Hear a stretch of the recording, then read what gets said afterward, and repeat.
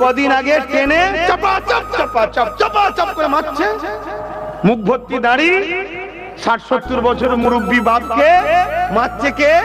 একটা 18-20-22 বছরের হালকা বয়সের মেয়ে মারছে, চাপাং চাপাং করে মারছে।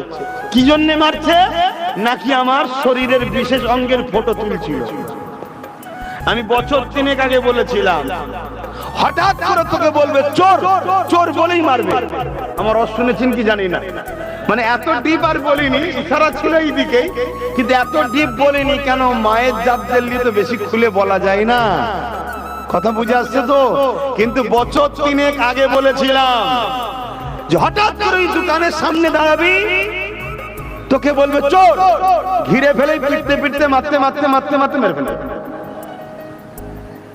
এই যখন মেরে ফেলবে, তোর হয়ে যারা আন্দোলন করবে পুলিশ তাদেরকে ধরবে, যারা মেরেছে তাদেরকে পুলিশ ফুলের মালা দেবে।